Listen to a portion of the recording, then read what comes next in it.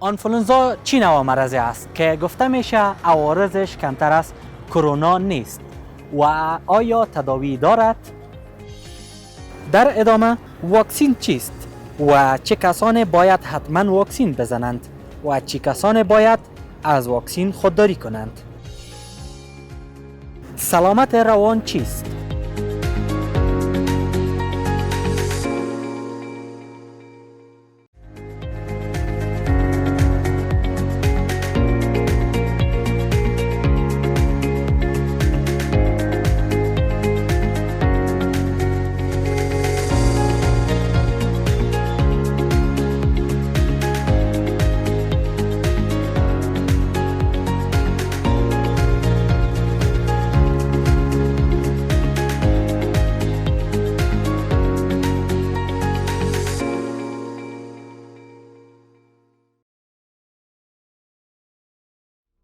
سلام و وقت همه شما عزیزا بخیر. امید جور و صحتمند و سرحال باشین و به برنامه شفای این هفته شما را خوش آمدید میگم. من فیصل ساتی هستم در خدمت شما. گفته میشه که ویروس انفلوانزا را همچنان نباید دست کم بگیریم و خطراتش کم از کرونا نیست و همچنان در بعض علائم با هم مشابهت داره. سازمان صحی جهان اعلام کرده که سالانه حدود 3 تا 5 میلیون نفر به بیماری آنفولانزا مبتلا میشه و از این تعداد حدود 290,000 تا 450,000 نفر در جهان به اثر ابتلا به ویروس آنفولانزا جان خود را از دست میدن. در این بخش با دکتر صاحب حامد قادری مصاحبه داریم که توجه شما را به او جلب میکنیم که در مورد از این صحبت میکنیم که آنفولانزا چیست، اثراتش چیست بر بدن و آیا تداوی داره و یا نه.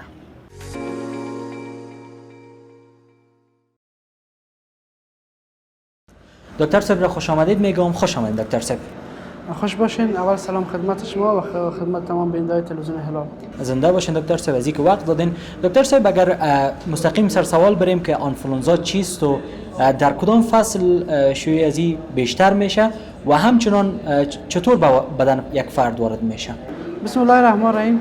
انفلوانزا یک بیماری انتانی شایع در سراسر جهان است که عامل زی ویروس است و اینها بیشتر سیستم تنفسی را درگیر میکنند که میتونن همراه با اعراض و علائم خفیف حتی کشنده باشند. ببینید بیماری انفلوانزا بیشتر در فصل زمستان زیاد میباشند چون این بیماری از طریق قطرات هوایی از طریق تماس‌های مستقیم از یک فرد به فرد دیگر انتقال میکنند. بنابراین در زمستان هوا سرد میباشد، اکثر مردم دچار زکام و همچنان بیماری‌های دیگر که باعث سرفه میشن و از یک فرد به فرد دیگر سرایت میکنن. بله. نشانه ها و علائم انفلوانزا چی هست؟ اعراض و علائمی که بیماری انفلوانزا میتونن به وجود بیارن از یک شخص بیمار میتونن در قدم نخست به شکل ناگهانی به وجود میارن.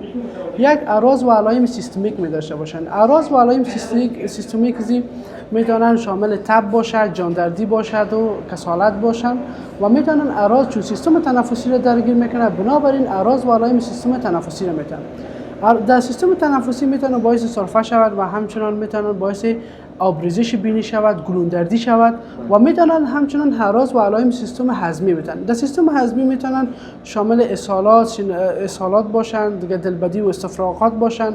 این اعراض میتونن بدهن. دیگه دردهای عضلانی و دردهای مفصل میباشن. ببینید کدام حالت یک بیمار به شفاخانه یا پیش دکتر معالج خود مراجعه میکنن. زمانی که مدت 5 روز اعراض و علائم خیلی شدید گلوندردی را سپری کرده، بعد یا می پیش دکتر معالج خود و یا به شفاخانه مراجعه میکنن تا تداوی شن. بله. خب یک فردی که به آنفولانزا دچار شده چطوری را خودش تشخیص بده در حالی که مریض همچنان است و چطور این فرقش بدانه از این که مرا کرونا گرفته و یا هم سرما خوردیم و یا هم آنفولانزا گرفته؟ یک سوال بسیار خوب. ببینید بیماری خود انفلوانزا گفتیم در قدم نخست زمانی که وضعیت خود بیمار خراب شد خودش میتونه تشخیص بده که من مریض هستم. اگه نتونه که من 100% بیماری انفلوانزا است ولی من قدر میتونه که وضعیتم خراب است باید به دکتر مراجعه کنم.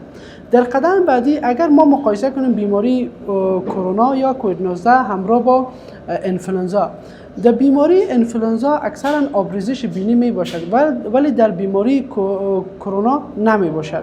دوم، در بیماری انفلوئنزا دردهای دلبدی و استفراغات و اسهالات می باشد ولی در بیماری کرونا نمی باشد. دیگه اثرات تنفس در بیماری کرونا بیشتر است ولی در بیماری انفلوئنزا نمی باشد. سردردی در بیماری انفلوئنزا بیشتر است ولی در بیماری کرونا نمی باشد. دیگه عدم حس ذائقه و حس شامه.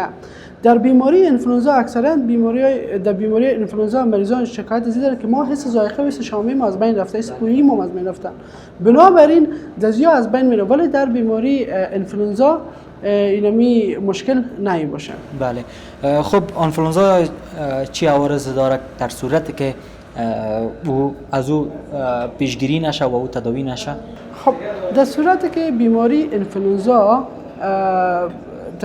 زودتر تشخیص نشه و تداوی نشود، بیماری به اختلالات مواجه میشه، اختلال میده از خود. در این حالت در قدم نخست یک انفلوئنزا نمونیا یا سینه و بغل اولیه ناشی از ویروس خود انفلوئنزا وجود میاد. ویروس انفلوئنزا که باعث فلو یا زکام شده این پیشرفت میکنه به سینه و بغل یا نمونیا میشه. بعد اعراض و علائم در نزد فرد شدیدتر میشه. در این حالت به نزد فرد اثرات تنفس پیدا میکنه، دردهای عضلانی بیشتر میشه، تبش شدیدتر میشن. در کدام حالات میتونن به می اختلالات اولیه تبدیل شود؟ در قدم نخست خانم حامله باشد، دیگه خانم های افرادی که سنشان از 65 سال بالا باشد و همچنین اطفالی که زیر سن 5 سال و 6 سال باشند و در پالیش اکثرا اشخاصی که امراض خود مزمن ریوی یا قلبی و وایی داشته باشند. دیگه میتونن در پالوی ویروس انفلوئنزا باکتریا علاوه شود. این باکتریا میتونه باعث سینه و بغل شوند. مثلا سینه و بغل ناشی یا نمونیای ناشی از باکتریای ثانویه. مثلا استافیلوکوک اوریس میتونه باشد، استرپتوکوک نمونیا میتونن باشه که اینها علاوه میگیرد اعراض و علائم شدیدتر میشه که باز بعد دکتر صاحبا یا میتونه توسط کلیشه‌های رادیوگرافی و معاینات لابراتوری تشخیص بده که بیماری به اختلال مواجه شده و فرد مبتلا به نمونیا همچنان شده. آیا میتونیم بگوییم که انفلوئنزا هم خطرناک است؟ بله، بیماری انفلوئنزا در یک گروه خاص از مردم بسیار خطرناک میباشد. به طور مثال افرادی که پیشتر هم گفتیم که سنشان از 65 سال زیادتر میباشند چون سیستم معافیت زیاد ضعیف میباشد. دیگه افرادی که مصاب به امراض مزمن ریوی هستند. به طور مثال یک بیمار یا یک فرد خودش سابقه COPD و یا برانشکتازیا داشتن. بنابراین این وقتی که ویروس انفلوئنزا را میشد اعراض و علائم شدیدتر میشدن. در پالوش دیگه کسایی که گفتیم حامله باشن، کسایی که امراض قلبی وایی داشته باشن، کسایی که امراض عصبی عضلانی داشته باشن، در این افراد میتونن شدیدتر شن و حتی باعث مرگشون شود. بله. چگونه از بیماری انفلوئنزا وقایه کنیم؟ خب در قدم نخست کسایی که سنشان بیش از حد هستند، مثلا 65 سال هستند، 70 سال هستند، یا باید واکسن اخذ کنن. ما واکسن کسایی که ریسک فاکتور دارن، مثلا پیشتر هم گفتیم 65 سال بالاتر باشن، اطفال باشن، حامله باشن، امراض مزمن ریوی داشته باشن، واکسین کنن. در قدم بعدی در صورت مبتلا به می بیماری شده نباید کوشش کنه که از این به یک شخص دیگه انتقال کنه. به طور مثال زمانی که سرفه یا عطسه میکنه باید دان و بینی خود توسط دستمال بپوشاند. یعنی در پالوش در صورتی که سرفه و عطسه کرد دستای خود به مقدار خود 20 تا 40 ثانیه با آب و صابون بشویند. خودداری کنن از اینکه دستای آلوده خود به دهن، بینی یا چشمای خود بزنند. به خاطر چی؟ چون میتونن از طریق افرازات همچنین انتقال کنند. دیگه در پالوش این بیماری ها زمانی که مبتلا شد از شخصی که دچار مرض نشده از او خودداری کنند، پرهیز کنند، باز او نزدیک نشن. با این روش ها میتونن که یا وقایه کنند یا از یک فرد به فرد دیگر هم انتقال نشود. در مورد واکسن انفلوئنزا و مؤثریت‌هایش بعداً صحبت میکنیم. درست.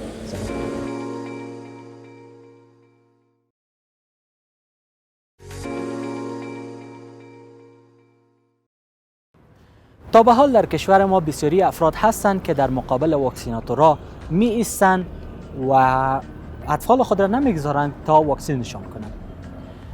باور اونا ای است که واکسین به آینده اطفالشان مضر هست و ضرر میرسانه. امروز بیاین که بفهمیم که واکسین چی هست. و چی کسایی باید واکسین کنن و چی کسایی از زدن واکسین جلوگیری کنن.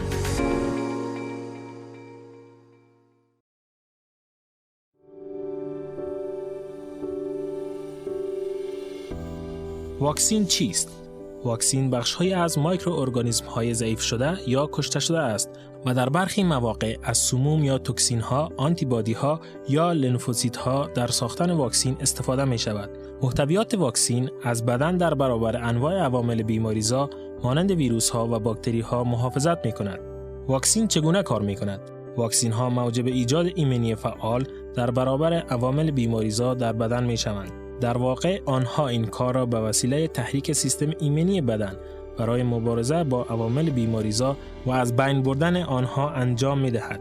زمانی که تحریک سیستم ایمنی به وسیله واکسین انجام می‌گیرد، سلول‌های تولید کننده آنتیبادی به نام سلول‌ها یا لنفوسیت‌های بی به صورت فعال باقی می‌مانند و آماده پاسخ‌دهی به عوامل بیماریزایی هستند که مجدداً وارد بدن می‌شوند.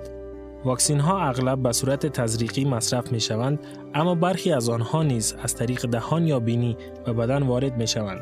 واکسین ها برای انجام عملکرد خود از سطوح مخاطی مانند مسیرهای بینی و لوله گوارش استفاده می کنند. به نظر می رسد در این حالت پاسخ آنتیبادی بزرگتر است و احتمالاً این مسیرها به عنوان مؤثرترین راه‌های عملکرد واکسین عمل می کنند. بیماری هایی که با واکسین از ابتلا به آنها جلوگیری می شود عبارتند از آبله، تیفوئید، وبا، طاعون، دیفتری، سیاه سرفه، کزاز، سل، انفلانزا، تب زرد، فلج اطفال، زاتوریه، سرخکان، انفلانزای تایپ بی، هپاتایت، کلهچرک و بعضی امراض دیگر. فواید استفاده از واکسین: علاوه بر توسعه سلول‌های بی که قادر به ایجاد پاسخ ایمنی ثانویه در هنگام قرار گرفتن مجدد در معرض پاتوژنی که واکسین آن پیشتر دریافت شده هستند. واکسیناسیون در سطح جمعیت نیز مفید است. هنگامی که تعداد کافی از افراد در یک جمعیت در برابر یک بیماری مسئول هستند، مانند زمانی که بخش بزرگی از جمعیت واکسینه می‌شوند، ایمنی جمعی حاصل می‌شود. این بدان معناست که اگر اختلاط تصادفی افراد در بین جمعیت وجود داشته باشد، نمیتوان پاتوژن را در کل جمعیت گسترش داد. ایمنی جمعی با شکستن زنجیره انتقال عفونت یا با کاهش احتمال انتقال بیماری به افراد مستعد در تماس با شخصی که عفونی است، از شیوع گسترش بیماری جلوگیری می‌کند. به عنوان مثال، افرادی که به دلیل سن و شرایط پزشکی خود نمی‌توانند واکسین دریافت کنند یا افرادی که واکسین دریافت کرده‌اند اما همچنان مستعد ابتلا به بیماری هستند، با وجود ایمنی جمعی از خطر ابتلا به بیماری در امان می‌مانند. ایمنی جمعی نقش مهمی در ریشه‌کن کردن موفقیت آمیز بیماری آبله در سراسر جهان داشته است. علاوه بر این، واکسیناسیون در جلوگیری از شیوع بیماری‌های مانند فلج اطفال و سرخکان نقش بسزایی دارد. عوارض جانبی واکسین: واکسیناسیون علاوه بر مزایایی که به همراه دارد، ممکن است واکنش‌هایی را نیز در بدن ایجاد کند. هرچند عوارض جانبی ناشی از واکسین معمولاً بسیار نادر و بسیار خفیف هستند، شایع‌ترین واکنش‌ها در مورد واکسین‌ها شامل سرخی و درد در اطراف محل واکسیناسیون است. واکنش‌های شدیدتر مانند استفراغ، تب بالا، تشنج، آسیب مغزی یا مرگ در مورد برخی از واکسین‌ها ممکن است. چون این واکنش‌های بسیار نادر هستند و طوری که این عوارض و خطرات ممکن است در یک نفر از 1 میلیون نفری که مورد واکسیناسیون قرار می‌گیرند اتفاق بیفتد. واکنش‌های شدید ناشی از واکسیناسیون فقط روی برخی از جمعیت‌های خاصی ممکن است تأثیر بگذارد، مانند افرادی که سیستم ایمنی بدن آنها در اثر بیماری‌هایی مانند ایدز یا HIV به خطر می‌افتد یا تحت درمان کیمیایی قرار می‌گیرند.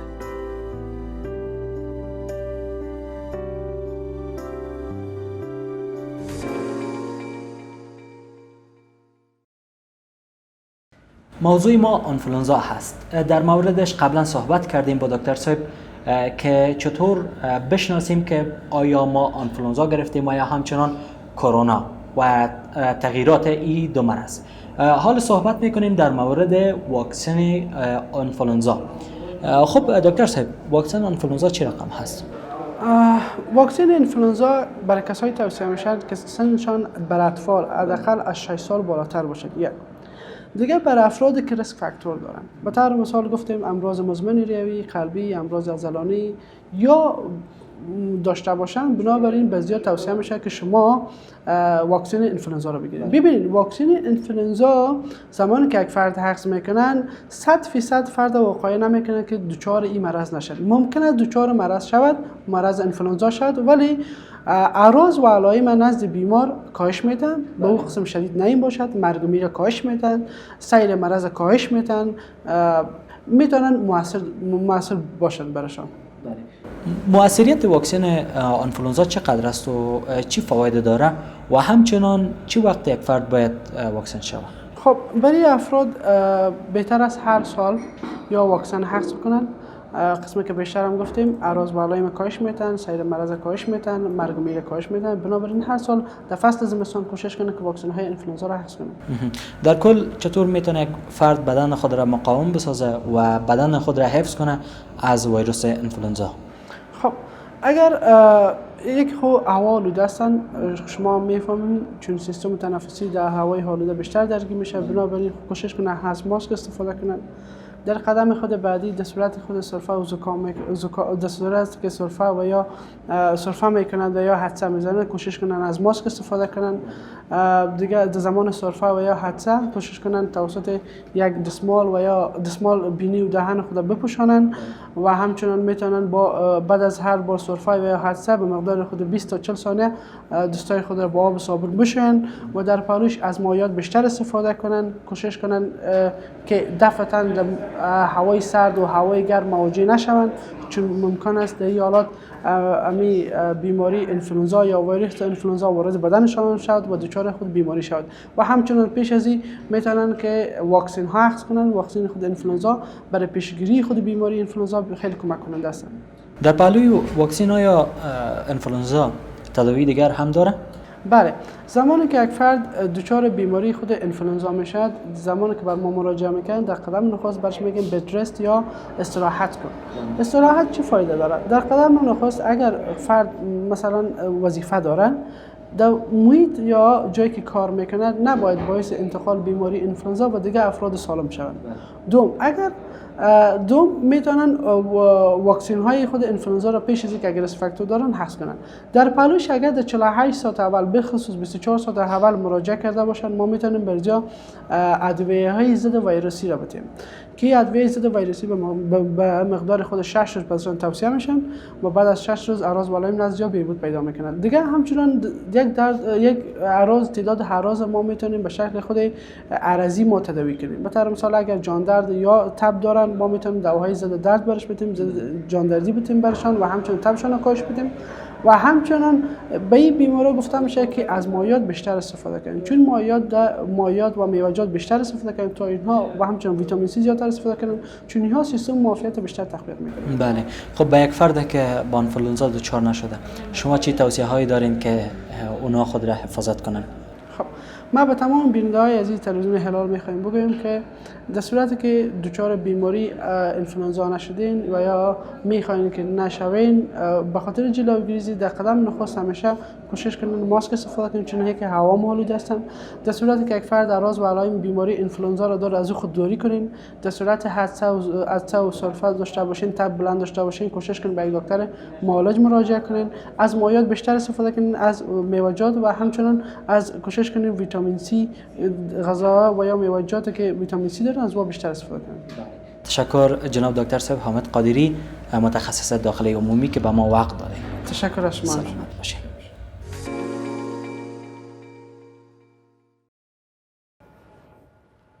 پیشگیری از بیماری‌های روانی و همچنان سالم نگه داشتن محیط روانی ما مجال هست برای بهتر زندگی کردن و بهتر زیستن. امروز به این ببینیم که سلامت روان چی هست و چی اثرات داره بر زندگی ما. هر کدام ما در زندگی از مشکل رنج میبریم و تجربه های از غم، اندوه، افسردگی، اضطراب و استرس داریم.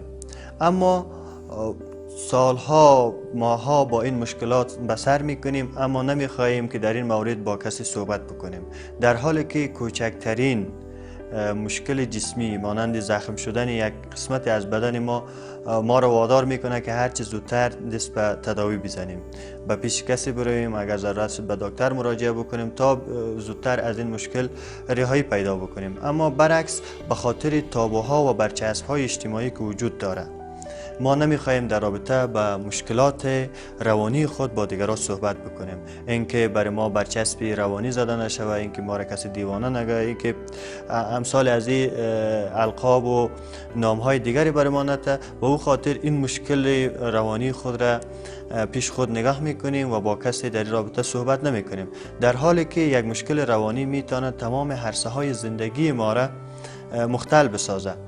در کار ما، در خواب ما، در درس ما و در روابط ما میتونه مشکل ایجاد بکنه.